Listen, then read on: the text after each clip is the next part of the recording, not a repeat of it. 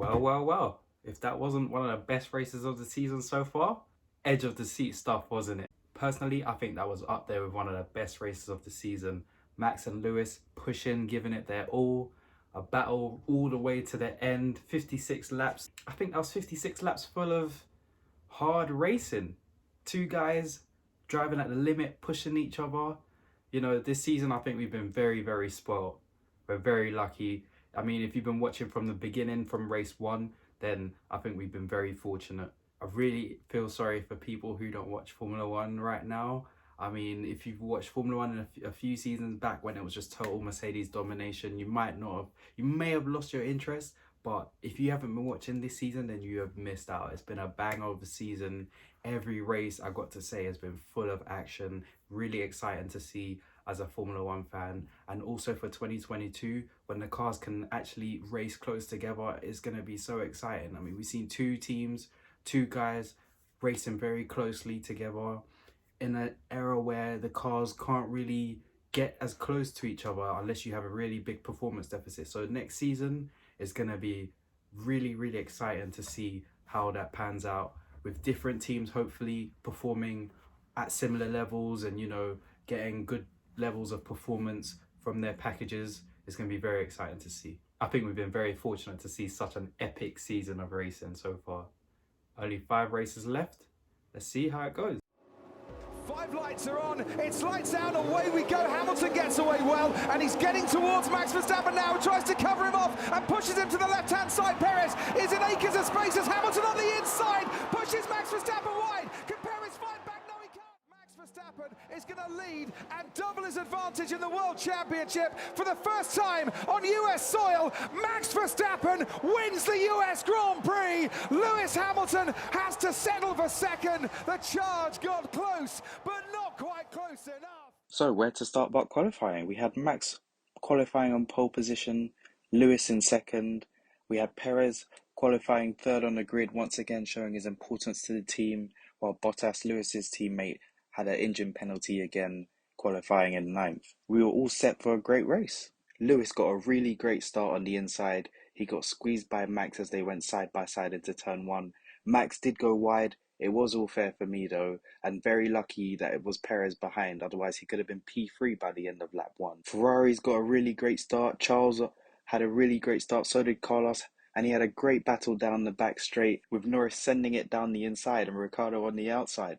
Carlos fought very well, but in the end he had to give some places back, and there was a bit of confusion as he did give one place back and he was told that he had to give both places back. Ferrari versus McLaren is a great battle that's been going on all season long. Looks like it's definitely going to go down to the wire. We had Sainz and Ricciardo battling all race long. After Sainz was able to get past Norris again, he did battle with Ricciardo. He did get slight damage after some contact, which may have affected him. We did see his front wing, his end plate was a little bit damaged there, and that probably was a reason why he was eventually passed by Bottas in the end. A great weekend for Daniel Ricciardo though. He got to drive his idol's car over the weekend and then beat his teammate, which is something he's been struggling to do since his move to McLaren. After the opening laps, it was clear to see that Red Bull and Max had much more pace than Lewis, and stayed right behind him in the first stint. We heard Max on the radio saying that Lewis was sliding a lot. I guess this was Max telling the team that he had so much more pace that they maybe should do something on strategy. In the end, Max did go for the undercut. He came in and Lewis did not stop straight away. It became quite clear that Lewis is going to try and offset the strategy a bit and have some fresher rubber towards the end as Red Bull would gain track position. And with this, we did hear Max telling his team to make sure that they boxed Checo too, so that Lewis could not go too long, otherwise he'd end up losing 2 positions. In the end, Lewis only went +3 laps, so not so much in the first stint. We had a battle with Kimi and Alonso. Well, Alonso has just been battling everyone. He's battling drivers, he's battling stewards, and he's battling track limits at the moment. I don't know what his beef, his agenda is, but it's good to watch. For me personally, I think the stewards got their decision right this time. If you look at both incidents with Kimi Raikkonen and Giovinazzi, as Raikkonen was coming through, Alonso just kind of pushed him off the track, left him no space to make his overtake. And when it came to his overtake with Giovinazzi, Alonso just sent it went really wide, came back onto the circuit, kept the position ahead of Giovinazzi. So you can see exactly why the stewards gave him a penalty there for overtaking it off the track. It seems like Alonso's radio communications are definitely rubbing off on his Alpine team. We did hear a funny exchange of Michael Massey, who seemed a bit fed up. If you heard his responses, he definitely seemed a bit fed up with all the messages about track limits. That was quite funny to hear. In the end, both the Alpines had to retire. They became victims of the bumps around the circuit and they had damage to their rear wings. So that was quite unfortunate for both Alpines this weekend. Quick shout out to Sebastian Vettel.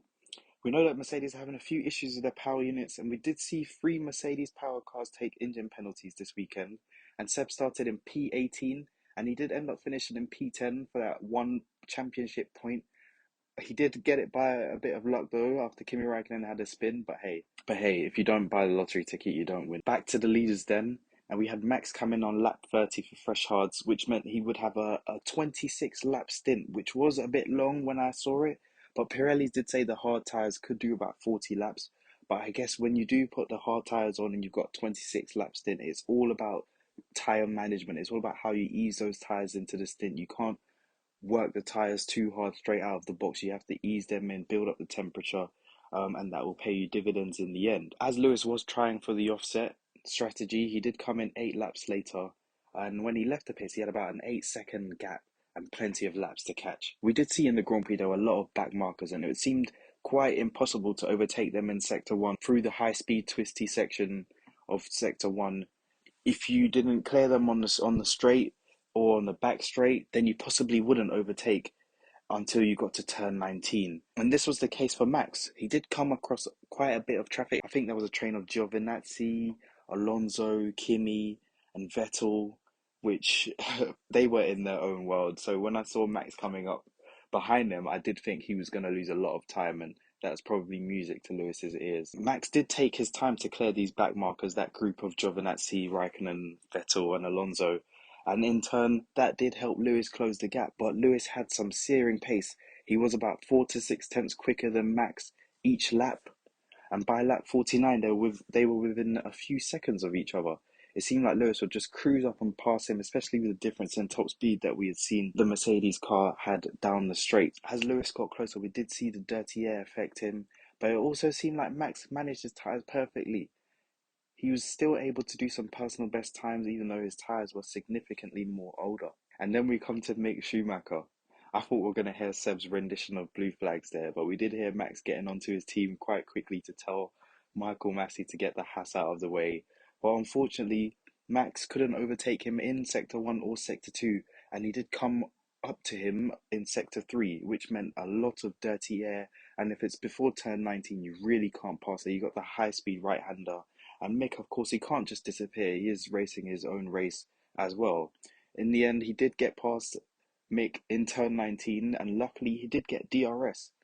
Lewis, unfortunately, wasn't within a second, so he didn't get the DRS, and that allowed Max to go down the pit straight with his DRS open, which pretty much made up for the time that he had lost trying to lap Mick and in Mick's dirty air. This was edge of the seat stuff, and in the end, Max managed to hold on to win the Grand Prix with Lewis coming in a close second. And I've got to say, it's amazing to watch these two battle throughout the whole season. When you see them pushing, when they start pushing during the race, you can see just how high up of a level they're operating on. They are clear of the field, honestly. These two deserve every accolades that they will get at the end of the season. It was a great Grand Prix overall. There may be some questions about the Mercedes strategy, but I think Max surprised a lot of people with just how good he managed the tyres, and also how he dealt with the pressure of having Lewis behind pushing like crazy, especially with having much more fresher rubber than what he had himself. So in the end, we had Max Verstappen coming in first, Lewis Hamilton in second, and Sergio Perez in third, making up the podium places.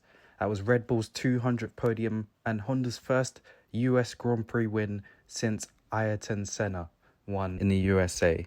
Big shout out to Charles Leclerc, who finished in fourth. Kind of a lonely race for him, but he picked up some really good points and another solid weekend, similar to what he had in Turkey, really. Just a race on his own in fourth place. No chance of a podium, really, unless the front runners had crashed out, but in the end, a solid race and had quite a significant gap between him and Ricciardo in fifth place. A big shout out to Sergio Perez, who actually did not have any drink from lap 1, he said. And if you watch his post-race interview, he did say that he was starting to feel dizzy, he was feeling nauseous, he was losing his vision. I do really feel for him. I mean, in those conditions over the weekend, it was really, really hot. A demanding Grand Prix for the drivers with the twisty sections and high-speed corners of this circuit. I can only imagine what it must have felt like for him. To see him so far off in the second stint, it kind of explains why he didn't have much pace at all. He was really, really struggling. So a big shout out to him. And he did get the podium in the end in Texas, which is quite close to Mexico. So he did have quite a lot of home support. And Mexico is the next race. So two home races for Checo. So big props to Checo there. So what does this mean for the championship? Max Verstappen extends his championship lead to 12 points with 5 races to go. Mercedes still lead in the Constructors' Championship. So it may be that we see a split of the champions between the constructors and the drivers, which hasn't happened in the turbo hybrid era. Finally, a big shout out to the fans. Seeing the images of the grandstands were packed. I think they said it was over 400,000 fans that had attended over the weekend, which is absolutely incredible. I can't wait for the world to open back up fully to 100%. We know some countries still have restrictions. So to see so many fans at a race like that, it was absolutely incredible. The atmosphere was crazy. I couldn't have imagined what it would be like to actually be there in person. Mexico up next. Who knows what that will bring, but I'm looking forward to it. The title battle's going to the wire, just like this race we just had. Very exciting to watch. So I can't wait for the next race. As always, thank you for watching. Don't forget to like, share, subscribe, and I'll see you in the next video.